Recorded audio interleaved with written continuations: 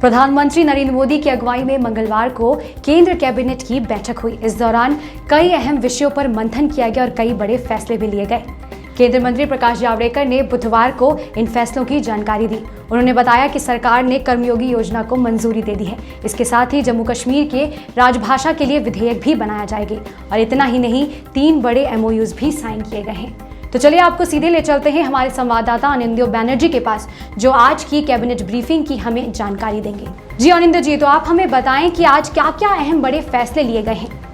आज 3 बड़े फैसले लिए गए यूनियन कैबिनेट में। उनमें से एक है कि अब Jammu Kashmir official languages bill 2020, जिसमें 5 लैंग्वेजेस होंगे ऑफिशियल लैंग्वेजेस के तौर पे, उसको इंट्रोडक्शन करने के लिए पार्लियामेंट में अनुमति दे दी गई। उसके स्टैंप मिल गए आज की यूनियन कैबिनेट में, जो नरेंद्र मोदी खुद लीड कर रहे थे।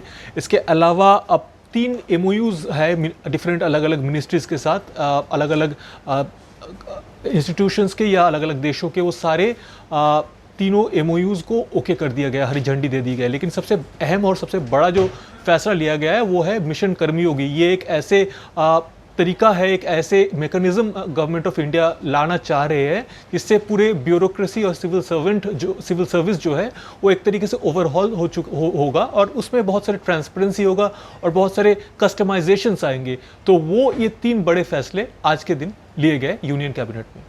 शुक्रिया आनंद, हमें जानकारी देने के लिए। तो ये थे हमारे संवाददाता अनिंदो बैनर्जी, जिन्होंने हमें विस्तार से कैबिनेट ब्रीफिंग की जानकारी दी है। तो चलिए अब आपको सुनाते हैं केंद्रीय मंत्री प्रकाश जावड़ेकर ने आज कैबिनेट ब्रीफिंग में क्या क्या कहा। इसके लिए क्षमतावर्धन का एक लगातार कार्यक्रम चलेगा और उसका नाम कर्मयोगी योजना है। तो ये एक बेहद ही महत्वपूर्ण सुधार है और 21वें सदी का सरकार के मानव संसाधन का सुधार का एक बहुत बड़ा ये सुधार कहला जाएगा और लोगों की अपेक्षाओं पर खरे उतरने वाले अधिकारी तैयार करना इसका मूल मकसद है। एक दूसरे निर्णय के तहत जम्मू कश्मीर के लिए एक राजभाषा विधेयक 2020 लाने का भी फैसला हुआ और उसमें उर्दू, कश्मीरी, डोगरी, हिंदी और इंग्लिश, ये 5 ऑफिशियल लैंग्वेजेस रहेगी। इसकी ये लोगों की मांग पर इसका निर्माण हुआ है। 3 MOUs को भी मान्यता दी गई।